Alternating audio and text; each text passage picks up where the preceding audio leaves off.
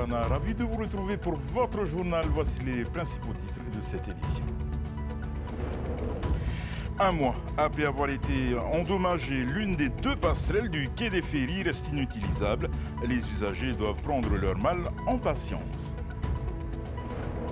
Le Tavinouir a commémoré hier soir le 11e anniversaire de la réinscription de la Polynésie française sur la liste de l'ONU des pays à décoloniser. Pour son président, l'indépendance est la solution pour régler les problèmes de la société polynésienne. Nous commenterons ce sujet avec notre invité Gaston Floss, président du Amuitaï Aotenun Amahu. Nous reviendrons également sur le bilan de la première année du gouvernement Roderson. L'innovation polynésienne au salon Vivatech de Métropole, c'est le thème de la Tech Zone de ce soir.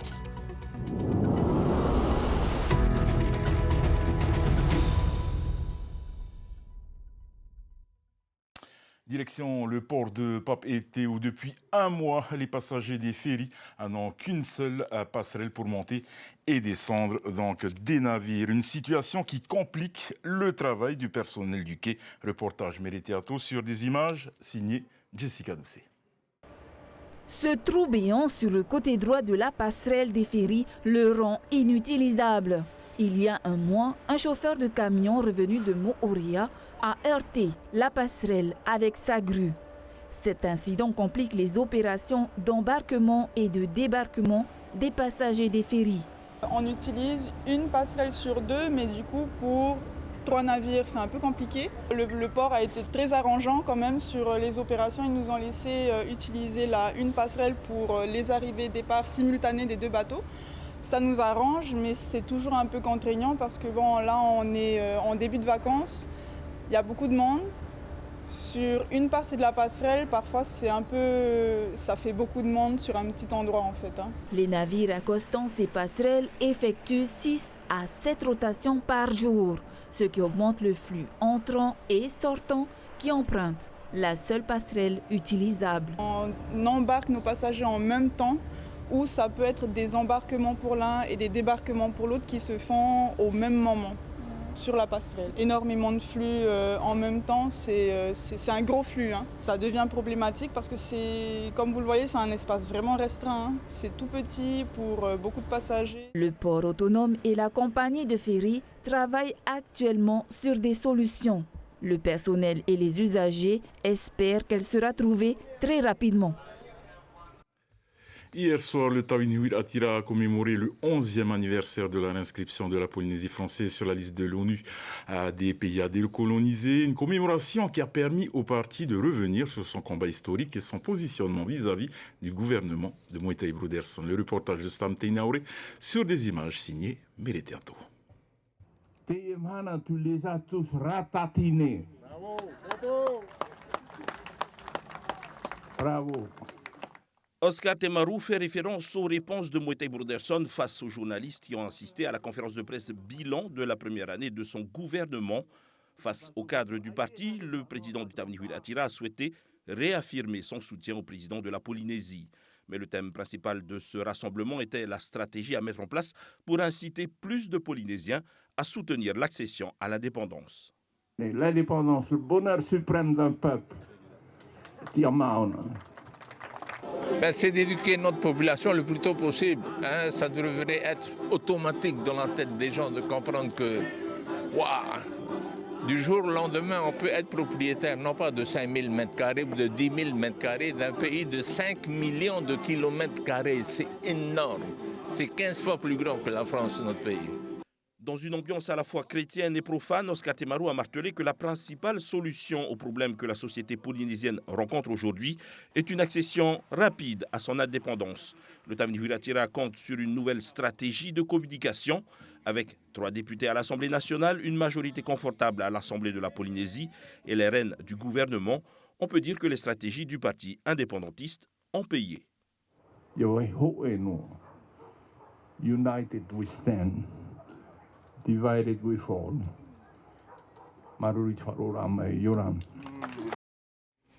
Et nous recevons le président du Amuitaï Aotenun Amahu, Gaston Floss Yorana. Il y aura. Alors dites-moi, vous l'avez vu dans le sujet du Tavenou, il a affiché son unité derrière donc, le président du pays, Mohamed Broederson. Qu'en pensez-vous? Bien, il fête les 11 ans d'inscription aux Nations Unies. Mais il n'y arrivera jamais. Ce ne sont pas les Nations Unies. C'est pas à New York qu'il faut aller. C'est à Paris rencontrer le président de la République française. D'autant qu'il a tous les atouts, les 3 présidents, 3 députés, je veux dire, le président de la Polynésie, de l'Assemblée, une majorité. Il a tous les. Qu'est-ce qu'il attend pour bouger? C'est à Paris qu'il faut aller et non pas à New York. Mais à New York, ça fait 11 ans. Quelle est la suite de ces démarches à New York? Zéro. Mais il oublie de fêter également les 47 ans de lutte pour avoir l'indépendance, puisqu'il a lancé son mouvement il n'y a pas 11 ans, il y a 47 ans. En 47 ans, il n'a rien fait. Son indépendance n'a pas avancé d'1 millimètre.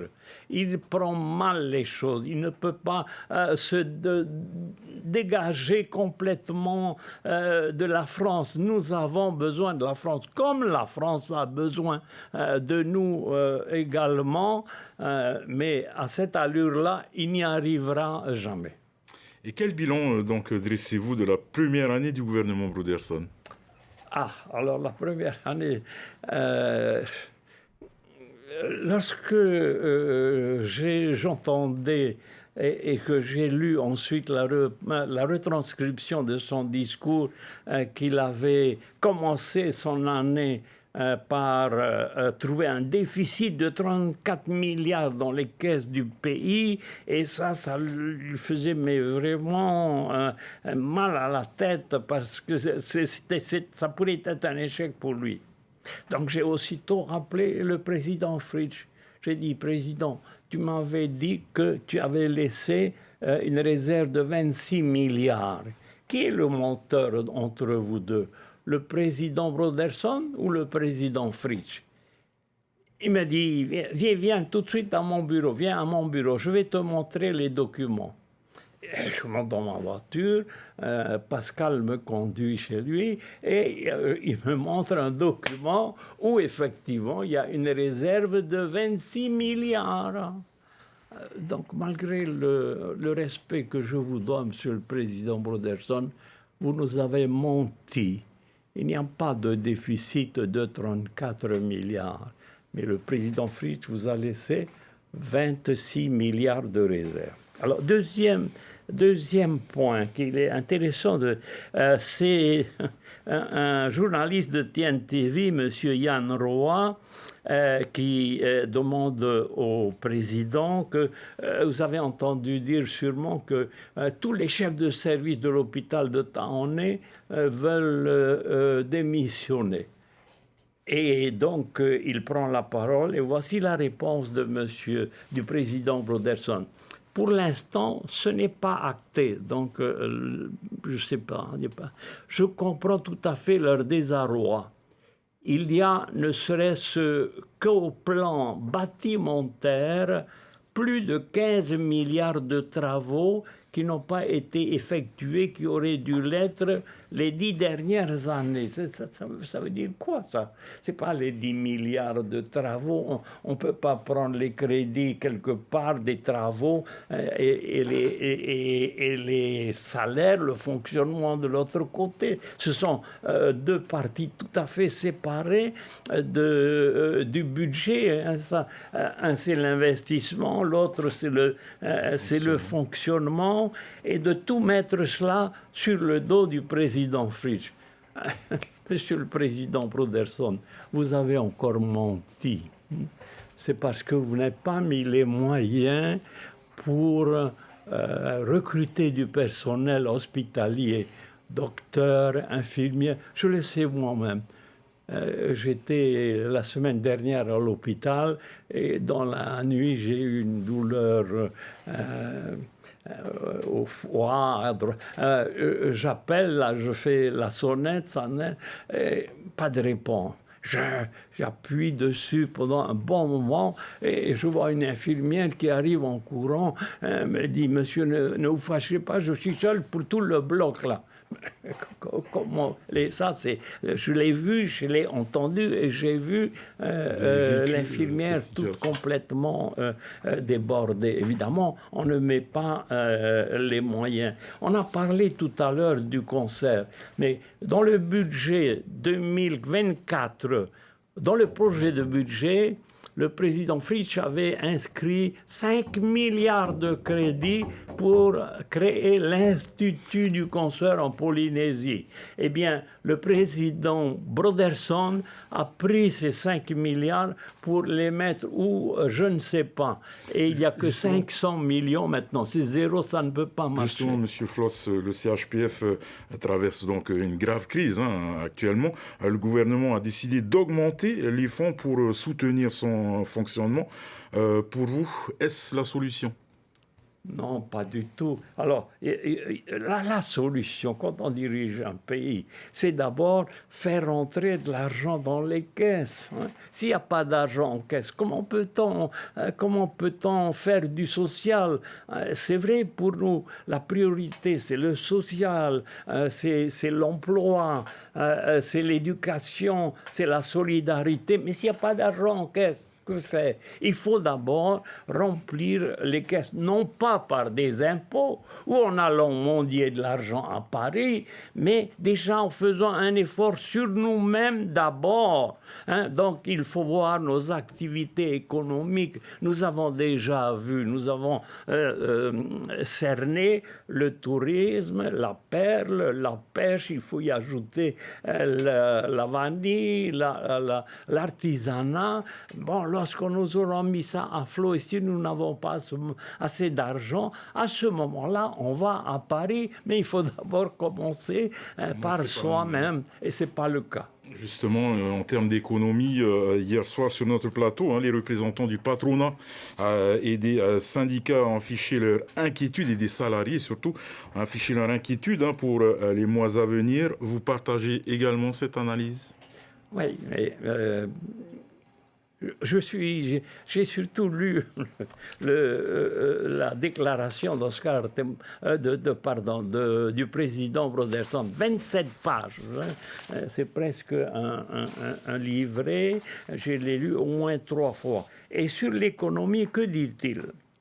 En termes d'activité économique, je n'ai pas vu les chiffres de l'ISPF ni de l'IEOM d'indicateurs qui viennent décrire un ralentissement de l'économie. Mais bien sûr, parce que ces deux chiffres-là sont le produit intérieur brut et le taux de croissance. Et ces chiffres ne sont publiés que 2 ans après l'année que l'on recherche. Donc pour 2024, il faut remonter à 2022. Il ne pouvait pas avoir ce chiffre-là à ce moment-là. L'Institut de la statistique est incapable. Aujourd'hui, notre économie est au plus bas, Il n'y a aucune visibilité pour l'avenir, et ça c'est une chose, mais il y a également toutes les factures des travaux qui ont commencé avec cet exercice-là, qui sont en retard, qui ne sont pas payés. Il faut 6 mois au même. Selon vous, justement, comment relancer l'économie ? Comment relancer l'économie, le tourisme, par exemple. On parle de tourisme, il n'y a pas assez de chambres. Vous avez un terrain de 57 hectares à Utumoro où pousse une forêt d'acacias. Allez mettre ce terrain en propre, nettoyer, mettre du sable, une belle plage, et aller chercher les investisseurs à ce moment-là. Voilà. Je vous offre ce terrain, construisez. C'était l'objet de notre projet Mahana Beach, pour lequel on s'est banqué. Mais là, il y avait de la place pour construire au moins 4 hôtels et recevoir les touristes. D'autant qu'aujourd'hui, il y a une nouvelle compagnie américaine, et une grosse compagnie, Delta Airlines, qui vient en plus concourir toutes ces compagnies aériennes et mettre à mal Air Tahiti Nui. Donc, il y a cela. La perle est complètement à zéro. Une perle, c'est le prix d'un roulement à billes. La pêche, on commence à peine. Nous sommes à 42 tonnes de production de la vanille, oui. Et l'autre objectif, il faut donner un objectif. Le grosse faute du président Broderson, c'est de n'avoir pas de plan. Il touche à tout, on veut tout faire, on retourne à Singapour, on voyage partout, alors que c'est ici qu'il faut soigner le malade. Il est là, il est chez nous. Et avec la vanille, par exemple, nous pourrions exporter 300 tonnes de vanille par an. Ça va faire remplir nos caisses. Hein. Et faire circuler de l'argent dans la population, dans les agriculteurs, de même que toutes les autres. Le tourisme, c'est... Il y a tant d'activités encore 10 000, 15 000 emplois créés par hôtel. Monsieur le Président Floss, on change complètement de thème et de pays également. Un mot sur la Calédonie à présent, hein, les émeutes qui déchirent la population. Vous connaissez les problématiques de ce territoire. Selon vous, quelles seraient les solutions pour sortir la Nouvelle-Calédonie de la crise? D'abord, je ne comprends pas le ministre de l'Outre-mer d'avoir touché à la loi. Quel avantage, hein? La loi a été acceptée par tout le monde, elle a été mise en pratique, que l'on continue avec cette loi-là, premièrement. Deuxièmement, la solution, c'est le pays souverain associé à la France.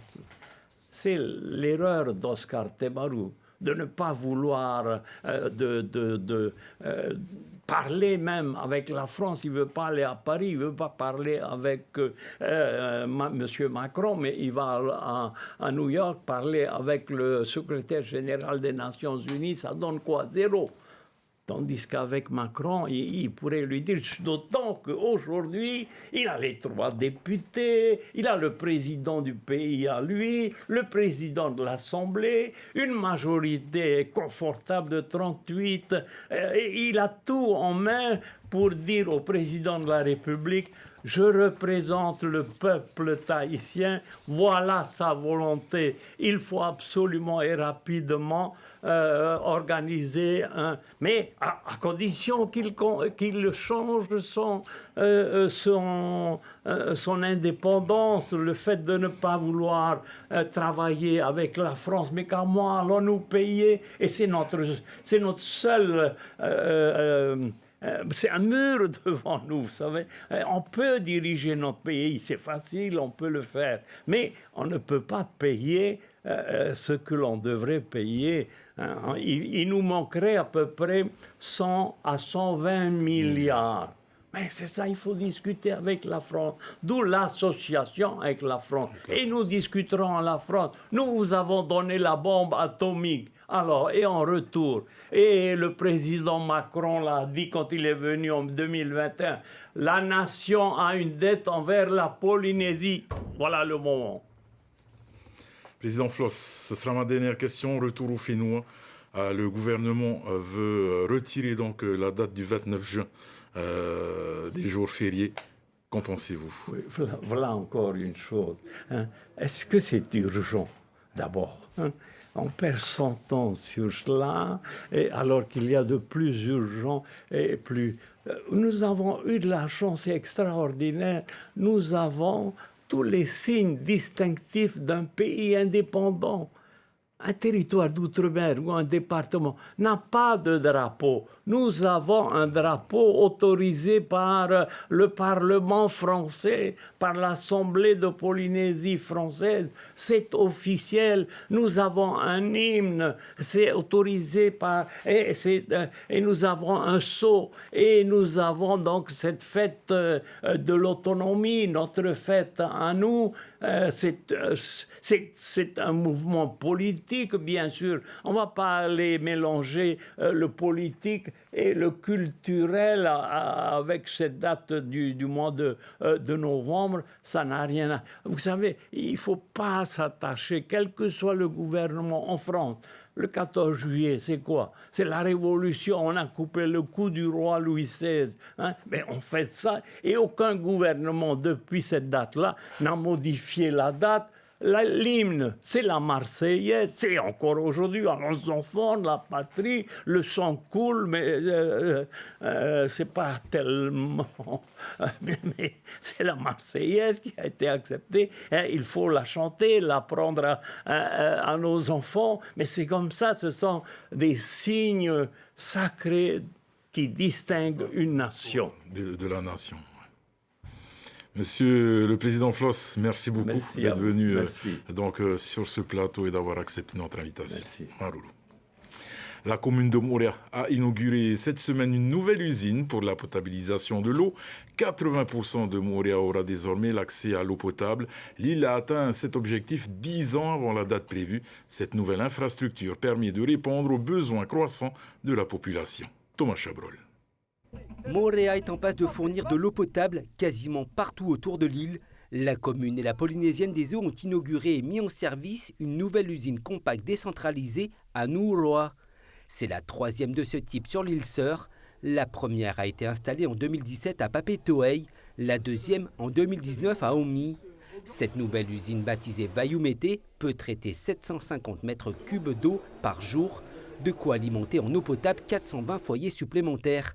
Ils seront désormais équipés de compteurs pour payer prochainement leur consommation réelle.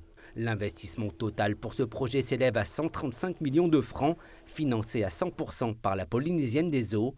Le maire de Moréa, Evans Omani, a exprimé sa satisfaction, cette nouvelle infrastructure répondant aux besoins des habitants. Au cours de l'inauguration, la commune a lancé un appel à l'État. Elle espère obtenir un soutien financier pour atteindre 100% d'eau potable. Il ne reste plus que 10 derniers kilomètres de réseau à potabiliser sur la partie sud de Moréa. Et depuis 3 ans maintenant, l'Institut du cancer propose des dépistages gratuits des cancers de la peau. Ce matin, une 60aine de personnes a fait le déplacement au centre de la mère et de l'enfant pour se faire dépister. Certains sont venus des îles. Les précisions dans ce reportage. La journée du dépistage du cancer de la peau a une nouvelle fois été une réussite, si l'on en croit le nombre de patients venus se faire ausculter. L'idée, c'était vraiment de sensibiliser les gens aux dangers du soleil, aux risques des cancers de la peau et surtout à se faire régulièrement surveiller la peau par un médecin. Et donc, on organise des journées de consultation gratuites avec des dermatologues, mais surtout des ateliers de sensibilisation sur comment se protéger du soleil, comment protéger les enfants du soleil et comment on voit qu'un bobo, un bouton, un grain de beauté peut être suspect et qu'il ne faut pas hésiter à consulter dès qu'on a un doute. Mama Philomène a fait le déplacement depuis l'île de Ayatia pour se faire dépister. Elle s'inquiète pour sa peau qui contient de plus en plus de taches de rousseur et de grains de beauté. Oui, voir le docteur du cancer de la peau. Eh bien oui, des petits bobos sur les bras. Regardez s'il n'y a pas le cancer. Après être passés dans différents ateliers, les patients sont pris en charge bénévolement par des dermatologues. Objectif, détecter les 2 principaux cancers de la peau, le carcinome et le mélanome. Et est-ce qu'il y a des antécédents de cancer de la peau dans la famille? Non. Non, d'accord. Et toi, tu n'en as jamais eu, tu n'as jamais rien retiré? Non. Ok. Eh ben, je vais t'examiner du coup. D'accord. Alors, il y a 2 types de cancers de la peau principaux. Donc, il y a le carcinome basocellulaire, donc, qui est un cancer qui va plutôt se propager localement. Donc, il ne va pas forcément aller à distance, mais qui quand même peut s'étendre de manière assez importante localement. Donc, il faut évidemment retirer. Et après, il y a le mélanome qui est un peu plus grave parce que c'est un cancer qui risque de se propager à d'autres organes, donc ce qu'on appelle les métastases. Et celui-là, il y a à peu près une vingtaine de nouveaux cas par an en Polynésie. Les dépistages ont débuté en 2022, l'année de la création de l'ICPF, et le cancer de la peau représente aujourd'hui une 60aine de nouveaux cas par an. Matar Iraro, le coucher des Pléiades se produira le 20 mai et avant que les élèves ne partent en vacances, ceux du lycée Saint-Joseph de Pounaoui ont invité donc les élus de la commune et de l'Assemblée pour une journée culturelle. Aux temps anciens, Matar Iraro est une période de restriction, de disette, mais aussi de transmission des savoirs. Durant les 6 mois à venir, les parents d'élèves ont ainsi offert une serre technologique de vanille aux élèves de la section agriculture. Ils déposeront des techniques innovantes qui seront les initiateurs donneraient une production 3 fois plus rapide et plus importante à près de 22 kilos de gousses noires par tuteur et par an.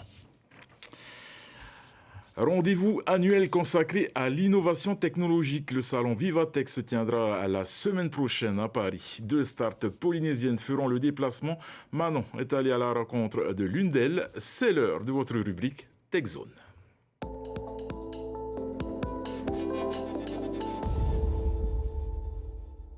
Bonsoir Davidson et bonsoir à tous.